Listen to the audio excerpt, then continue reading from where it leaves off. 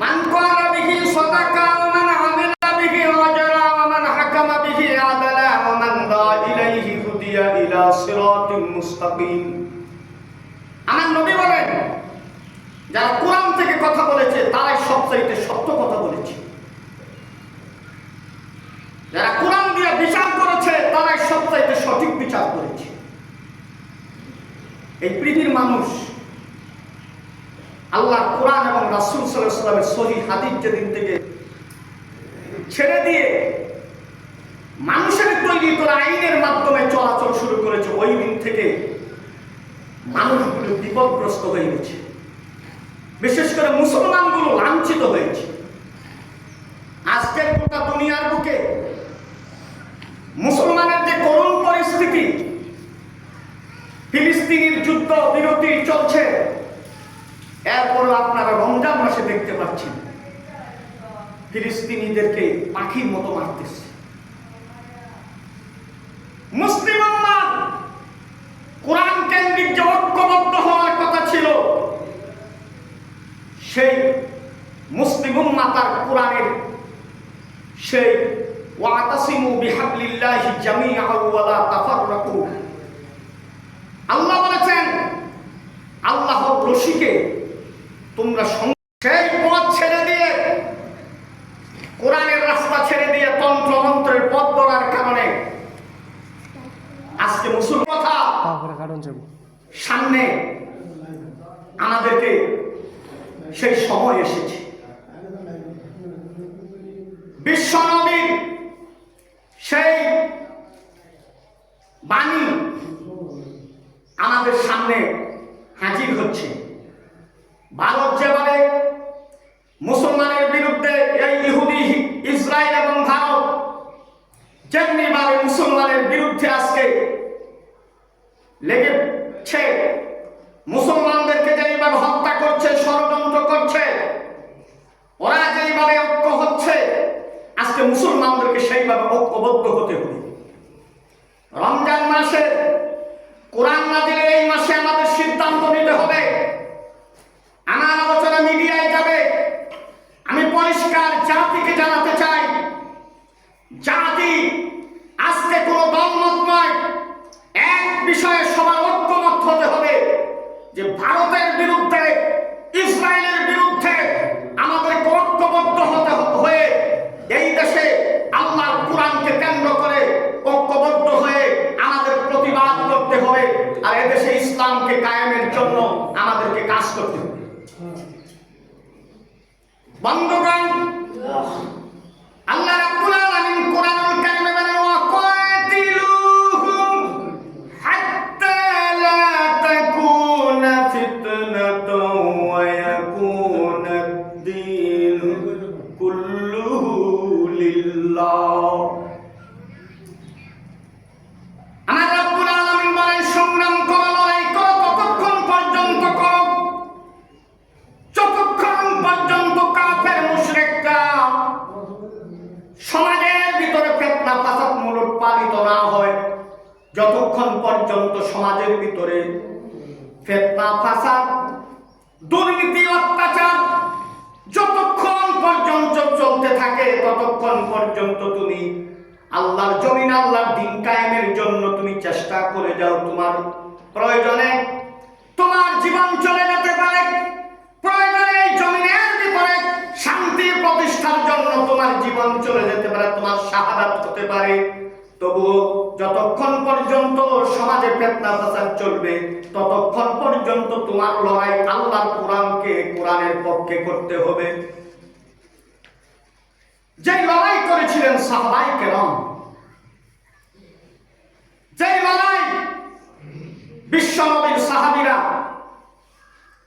তাদের বাসর ঘর থেকে বাসর ঘরের মতো একটি আকর্ষণীয় রাতকে পায়ের নিচে পিষে আল্লাহ রাসূল সাল্লাল্লাহু আলাইহি ওয়াসাল্লামের ডাকে তারা সাড়া দিয়েছিলেন। উহুদের ময়দানের যুদ্ধ শুরু হয়ে গেছে। যুদ্ধের আগে বিশ্ব নবীর কাছে সাহাবী হযরত হামজা রাদিয়াল্লাহু তাআলা আনহুর পিতা যায় বলল, সামনে উহুদের যুদ্ধ, আমার হামজালার জন্য বিয়ে ঠিক করেছি হুজুর। হামজালা তো যুদ্ধে যেতে চায়, হামজালা তো যুদ্ধের জন্য পাগল হয়ে গেছে, আমি তো বিয়ে ঠিক করেছি। হামজালাকে আপনি যদি বলেন সে আমার কথায় যাতে রাজি হয়ে বিয়েটা করে, জিহাদ তো অনেক আসবে, যুদ্ধ তো অনেক আসবে। আল্লাহর নবী হযরত হামজালা রাদিয়াল্লাহু তাআলা আনহুকে বললেন, হামজালা যুদ্ধ অনেক হবে, শহীদ হওয়ার সুযোগ অনেক আসবে, তোমার বাবা যেহেতু তোমার জন্য বিয়ে ঠিক করেছে, তুমি তোমার বাবার কথা মেনে তুমি বিয়ের জন্য প্রস্তুতি নাও। হযরত হামজালা চোখের পানি ছেড়ে দিয়ে আল্লাহর নবীকে বললেন, নবী গো, আমি চেয়েছিলাম শহীদ হয়ে যাব আল্লাহর রাস্তায়, আহারে আমি তো শহীদ হতে পারলাম না। এবার নতুন বিয়ে করে বাসর ঘরে ঘুমিয়ে আছে, হঠাৎ করে উহুদের ময়দান থেকে আওয়াজ আসতেছে, কুতিলা মুহাম্মদ, আল্লাহর নবী দুনিয়া থেকে বিদায় হয়ে গেছে, আল্লাহর নবী দুনিয়াতে নাই। কাফেররা কথা ছড়িয়ে দিল, আল্লাহর নবী দুনিয়া থেকে বিদায় হয়ে গেছে। এই মুহূর্তে হযরত হামজালা বিছানার থেকে লাফ মেরে নেমে গেল আর বলল, আল্লাহর নবী যদি দুনিয়াতে না থাকে, হামজালার বেঁচে থেকে লাভ কি? হামজালা স্ত্রী বলে, স্বামী গো, আপনি তো স্বামী গো, আপনি বাসর ঘর থেকে উঠে যাচ্ছেন, আপনার কি মনে নাই আপনার গোসল ফরজ হয়েছে, আপনাকে গোসল করতে হবে?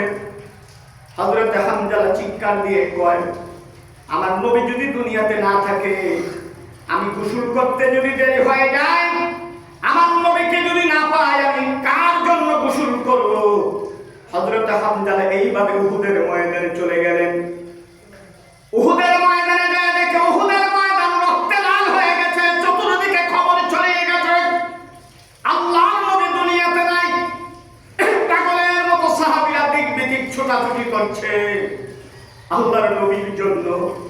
হযরত আলী রাদিয়াল্লাহু তাআলা আনহুর কাছে খবর গেল, হযরত আলী রাদিয়াল্লাহু তাআলা আনহুর কাছে খবর গেল বিশ্ব নবী দুনিয়া থেকে বিদায় হয়ে গেছে। হযরত আলী রাদিয়াল্লাহু তাআলার হাত থেকে তলোয়ারটা মাটির মধ্যে পড়ে গেল। হযরত আলী রাদিয়াল্লাহু তাআলা পাগল হয়ে গেল আর বলল, আল্লাহর নবী যদি দুনিয়াতে না থাকে, কার জন্য যুদ্ধ করব? কার জন্য অস্ত্র ধারণ করব? কিয়ামতের ময়দান যেদিন শুরু হয়ে যাবে, আল্লাহ যখন বলবে, একটা সাহাবী জীবিত থাকা অবস্থায় আমার নবী কেন শহীদ হয়ে গেল, কিয়ামতের ময়দানে আল্লাহকে বুঝানো যাবে না। এইভাবে হযরত আলী একটা দৌড় দিলেন। আপনারা যারা বাহিরে আছেন, ভিতরে এসে বসে যান। আমি প্রতিদিন বসি না আলোচনায়, যারা বাহিরে আছেন কথা না বলে ভিতরে এসে বসে যান। আমি এলাকার কিছু যুবকদের অনুরোধে আজকে বসেছি। অনেকে আমাকে বলেছে যে এই রমজানে কোনো আলোচনা করলেন না। আপনারা পুকুর পাড়ে যারা কথা বলতেছেন, ভিতরে বসে যান, বন্ধ করেন।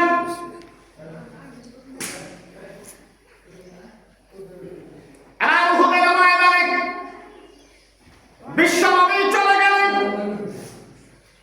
হযরত আলী রাদিয়াল্লাহু তাআলা চলে গেলেন শাহাদাতের খবর নিয়ে। শহীদদের সংখ্যা 70 জন, বাঘা বাঘা সাহাবী শহীদ হয়ে গেছে। ওইখানে যে খোঁজ নিলেন কয়জন শহীদ হয়েছে, কারা কারা আছে, সেখানে খোঁজ নিয়ে দেখলেন আল্লাহর নবী সেখানে নাই। সাহাবীরা পাগল হয়ে গেল। হযরত আলী রাদিয়াল্লাহু তাআলা আনহুর কাছে খবর গেল, আলী। একজনে যায় কানে কানে বলল, আল্লাহর নবী মরে নাই আলী রে, তবে আল্লাহর নবী আক্রান্ত হয়ে গেছে। চলে গেল, যায় দেখে বিশ্ব নবীর চতুর্দিকে কাফের জিহাদ করতেছে। পাশে হযরত আবু তালহা রাদিয়াল্লাহু তাআলা বেহুশ হয়ে পড়ে আছে। হযরত আবু তালহার শরীরটা ক্ষত বিক্ষত হয়ে গেছে। হযরত আলী রাদিয়াল্লাহু তাআলা পাগলের মতো হযরত আলী রাদিয়াল্লাহু তাআলা বলে, ওই দিন আমার শরীরে আল্লাহ এত শক্তি দিয়েছিল, মুহূর্তের মধ্যে সমস্ত কাফেরদেরকে হটিয়ে আল্লাহর নবীকে আমি মুক্ত করে ফেলি। জোরে জোরে কোন সুবহানাল্লাহ। সবাই একটা আওয়াজ দিবেন, এটা মিডিয়ায় যাবে আলোচনা। সুবহানাল্লাহ। মিডিয়ার লোকের এই আওয়াজটা যখন এই আলোচনা যখন মিডিয়ায় যাবে, বলবে যে এই মসজিদের মুসল্লিগুলো এই মনোযোগ ছিল না। আপনারা আওয়াজ দিবেন। বন্ধুগণ, আল্লাহর নবীকে মুক্ত করে ফেললেন। আল্লাহর নবী ডাক দিয়ে বলে, সাহাবীরা রে, আমার সেবা একটু করে করো। তাকায় দেখো আবু তালহার অবস্থা। হযরত আবু তালহার বুক এবং পিঠগুলো চালনের মতো ছিদ্র হয়ে গেছে তীরের আঘাতে। হযরত আবু তালহা বেহুশ হয়ে পড়ে আছে। পাশে আরেকটা সাহাবী হযরত মুসাব ইবনে উমাইর। মুসাব ইবনে উমাইর হাত কেটেছে, ডান হাত কেটে ফেলে দিয়েছে। ইসলামের পতাকা বাম হাতে ধরেছে, বাম হাত কেটে ফেলে দিয়েছে। ইসলামের পতাকা মুখ দিয়ে কামড়াইয়া ধরেছে। কাল্লা যখন কেটে ফেললো, তবু ইসলামের পতাকা ছাড়ে নাই। সাহাবীরা যায় দেখে হযরত মুসাব ইবনে উমাইর হাত একদিকে, দুই হাত দুই দিকে পড়ে আছে, দেহটা একদিকে পড়ে আছে, কান্নাটা একদিকে পড়ে আছে।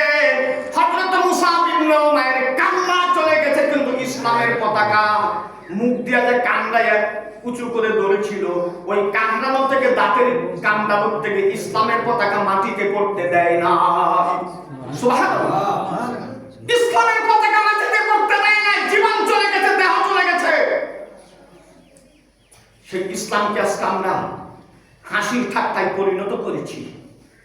সেই কোরআনকে আমরা হাসি ঠাট্টায় আজকে পরিণত করেছি। এবার উহুদের ময়দানে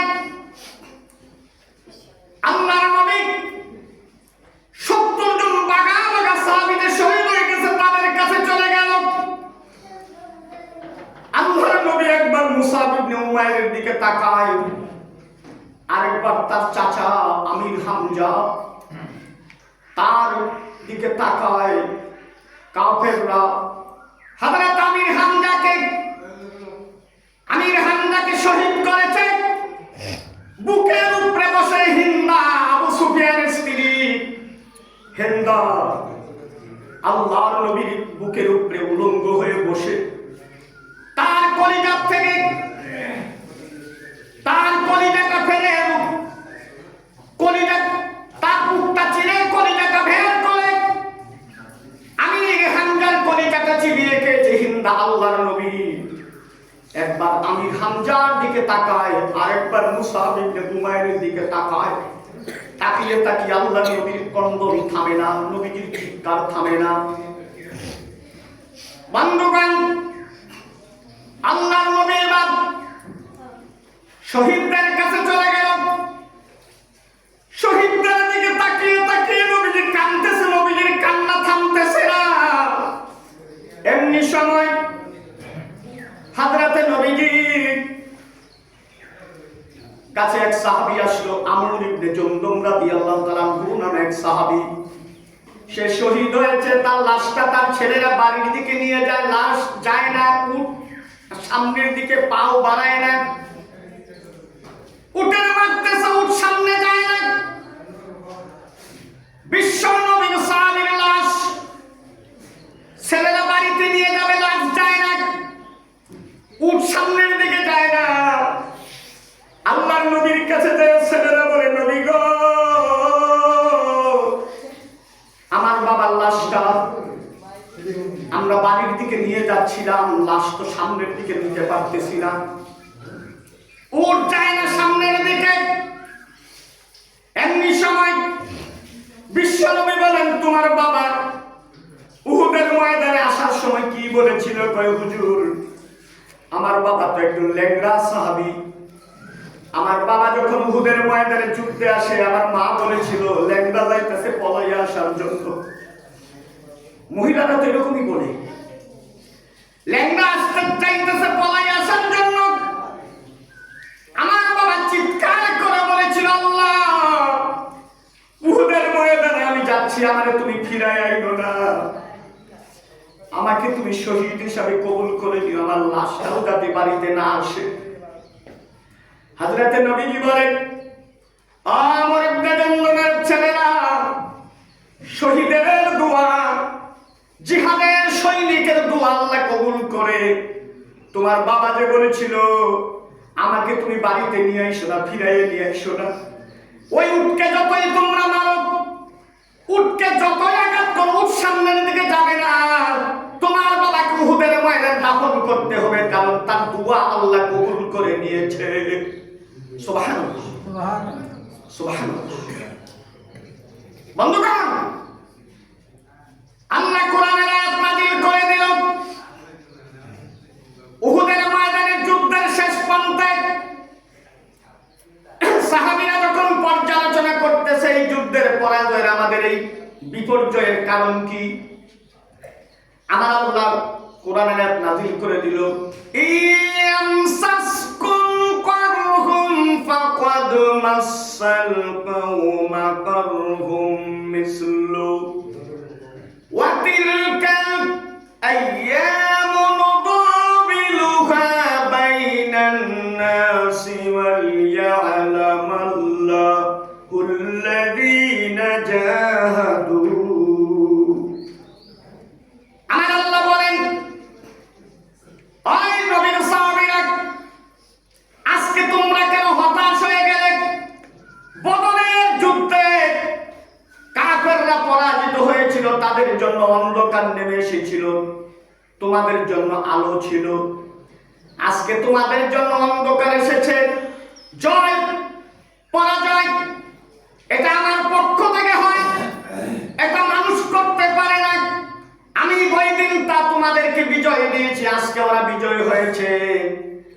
আমি মাঝে মধ্যে এইভাবে করে মুসলমানদেরকে পরীক্ষা করি, আর পরীক্ষা করে কিছু মানুষকে আমি শাহাদাতের জন্য কবুল করি, যারা আমি কিছু আমার প্রিয় বান্দাদেরকে শহীদ হিসাবে কবুল করি, আর এই শহীদদেরকে আমি জান্নাতের জন্য কবুল করি। জোরে জোরে কোন সুবহানাল্লাহ। বিশ্ব নবী সেই বদরের বিজয় আর উহুদের ময়দানের পরাজয় বলা যাবে না, একটু বিপর্যয় হয়েছিল মুসলমানের। মূলত বিজয় মুসলমানই হয়েছিল, শুধুমাত্র ওই যে গিরিপথে কিছু পাহারাদার, 50 জন পাহারাদার নবীজি রেখেছিল, তারা সরে যাওয়ার কারণে, লম্বা আলোচনার সময় নাই, সরে যাওয়ার কারণে বিপর্যয় নেমে এসেছিল। এজন্য আল্লাহ বলেছেন বিজয় পরাজয় এটা আমার পক্ষ থেকে আসে, তোমরা কেন হতাশ হয়ে গেলে? আর আমি এটা পরীক্ষা করি, কিছু মানুষকে আমি ইসলামের জন্য রক্ত জীবন তারা দিবে, আর আমি তাদেরকে প্রিয় বান্দা হিসাবে জান্নাতের মেহমান বানিয়ে নিই। বন্ধুগণ, আজ সময় এসেছে কোরআন নাজিলের এই রমজান মাসে আমাদের সিদ্ধান্ত নিতে হবে।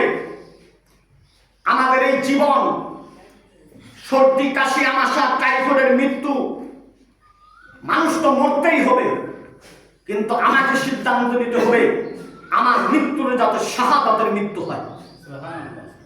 গত আগস্ট মাসে বিশ্ববরেণ্য আলেম, বাংলার মানুষের কলিজার টুকরা শুধু নয়, গোটা বিশ্বের মানুষের কলিজার টুকরা আল্লামা দেলোয়ার হোসাইন সাইদি সাহেব এই দুনিয়ার থেকে বিদায় হয়েছে। জেলখানার ভিতরে তাকে বলা হয়েছিল, আপনি সারা জীবন বললেন, আল্লাহর কাছে দোয়া করলেন, আল্লাহ যাতে আপনার শাহাদাতের নজরা পেশ করেন, আপনার তো ফাঁসি হইল না, শাহাদাত কিভাবে হবে? আপনারা জানেন, যেদিন আমি ওই কাশিমপুর কারাগারের ওসির সঙ্গে আমার কথা হয়েছে। হঠাৎ করে আল্লামা দেলোয়ার হোসেন সাইনি সাহেবকে হঠাৎ করে যায় বলা হচ্ছে, আপনি অসুস্থ, হার্ট অ্যাটাক করেছেন, আপনাকে হাসপাতালে যেতে হবে। আল্লামা বললেন, আমি হার্ট অ্যাটাক করেছি আমি জানি না, তোমাদের কাছে কে খবর দিল? বললে, হ্যাঁ, উপর থেকে অর্ডার এসেছে, আপনাকে হাসপাতালে যেতে হবে। আল্লামা সাইদি সাহেব বললাম, 2 রাকাত নামাজ পড়ি, তারপরে আমি সিদ্ধান্ত নিব। আল্লামা সাইদি সাহেব, শহীদ আল্লামা দেলোয়ার হোসেন সাইদি সাহেব 2 রাকাত নামাজ পড়ে আল্লাহর কাছে মুনাজাত করে বলল, আল্লাহ, যেহেতু হার্ট অ্যাটাক করেছে আমার, আমি জানি না, বলে বলতেছে নিশ্চয় আমি শহীদ হয়ে যাব। আল্লামা সাইদি সাহেব সেখান থেকে বের হলেন। আপনারা মিডিয়ায় দেখেছেন, সে যখন হাসপাতালের সামনে, ঢাকা পিজি হাসপাতালের সামনে সবাইকে হাসি মুখে একটা সালাম দিয়েছিলেন। আপনারা বলেন, হার্ট অ্যাটাকের কোন রোগী কি সালাম দিতে পারবে? জবাব দিতে পারবে? কথা বলতে পারবে? হাসি মুখে উনি সালাম দিয়েছিলেন। ওনাকে নিয়ে যাওয়া হলো। পরের দিন দুপুর বেলায় একটা মহিলা নার্স তার একটা ছবি পাঠিয়েছে, তিনি বিছানায় বসে আছে। কিছুক্ষণ পরে ডাক্তার সমস্ত তার রুম থেকে সবাইকে বের করে দিল আর বলল, হুজুরের সঙ্গে কথা আছে, আপনারা বের হন।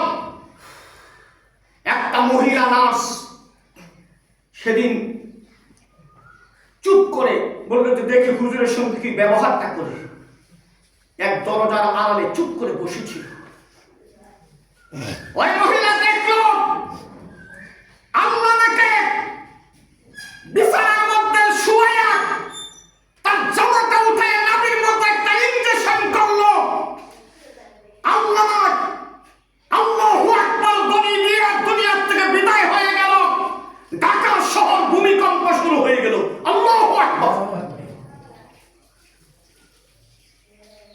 ঢাকা শহর ভূমিকম্পনের মাধ্যমে জানিয়ে দিল, যার কাছে হাজার হাজার লোক কালেমা পড়েছে, এই আল্লাহকে বাংলার জমিনে তো অপমান করেছিস, তাকে নির্মমভাবে দুনিয়ার থেকে বিদায় করেছিস। এই জাতি সহ্য করে, আমরা সহ্য করতে পারলাম না। যারা করেছে ঢাকার মাটি কেঁপেছে, কিন্তু ওদের অন্তর কাঁপে নাই, কারণ ওরা হচ্ছে ভারতের পাঁচাটা গোলাম হওয়ার কারণে। পরের বছর এই মাসে, আগস্ট মাসে, কারো সুখ দিবস পালন হবে না, এটা আল্লাহ সিদ্ধান্ত নিয়েছে। এই জন্য 14 আগস্টের আগেই জালিমদেরকে বাংলার জমিন থেকে জুতা পিটা করে বিদায় করা হয়েছে। ঠিক কিনা ধরে কর বন্ধুগণ, আজকে দেশের বিরুদ্ধে চক্রান্ত চলছে। এখানে ওখানে দর্শনের আপনার মঞ্চস্থ করা হচ্ছে আর বোঝানো হচ্ছে ভারতের পক্ষ থেকে এইগুলো চক্রান্ত। দেশ অকার্যকর করার জন্য, এই দেশে ভারতীয় আবার আধিপত্য চাপিয়ে দেওয়ার জন্য চেষ্টা করা হচ্ছে। এদেশের মুসলমান, আপনাদের স্বাধীনতা, আপনাদের সার্বভৌমত্ব, আমার আপনার এই অধিকার, কথা বলার অধিকার যাতে আর কোনোদিন কেউ ছিনিয়ে নিতে না পারে, এজন্য আল্লাহর কোরআনকে কেন্দ্র করে আমাদেরকে ঐক্যবদ্ধ হতে হবে। ভারতের মাটিতে গত কয়েকদিন মুসলমানদেরকে নির্বিচারে হত্যা করা হচ্ছে। গরু জবাই করে খাওয়ার অপরাধে মুসলমানদেরকে জবাই করেছে এবং মুখ পর্যন্ত সিলাই করে দেওয়া হয়েছে। আর ওই সমস্ত ভারতের দালালের বাচ্চারা বলে বাংলাদেশে হিন্দুদেরকে হত্যা করা হচ্ছে। বাংলাদেশের মুসলমান কোনোদিন কোন হিন্দু, কোন অমুসলিম কাউকে আঘাত করে না। বাংলাদেশের মুসলমান হচ্ছে পৃথিবীর শ্রেষ্ঠ মুসলমান। ঠিক কিনা দেখো বন্ধুগণ, আজ ইসরায়েল এবং ভারত যেইভাবে মুসলমানদেরকে হত্যা করা হচ্ছে, যেইভাবে যুদ্ধবিরতির পরেও ইহুদির বাচ্চারা আমার